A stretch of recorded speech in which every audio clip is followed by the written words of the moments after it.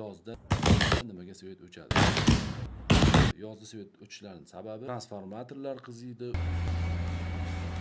Quvvat, energiya bor joyda issiqlik bor. Bu issiqlik bor joyda endi yozda issig'ini qo'shsangiz, simlarda tok yurishi katta qarshilikka uchraydi. Elektr ishlab chiqaradigan GESlarda suvlarning sathi pasayadi.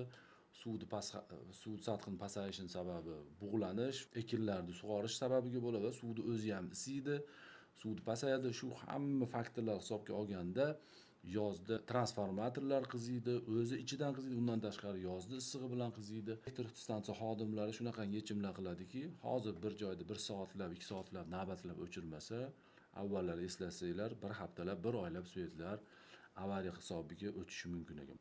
Bu bilan biz hech kim tarafini olmoqchi emasmiz. Svet o'tishi bu normal holat demoqchi emasmiz. Buni ustida yana ishlab, uzluksiz holatga keltirsa bo'ladi. Texnika haqida yana ko'p foydali, qiziqarli videolarimiz ko'p. Obuna bo'ling. Keyin texnikani birgalikda o'rganamiz.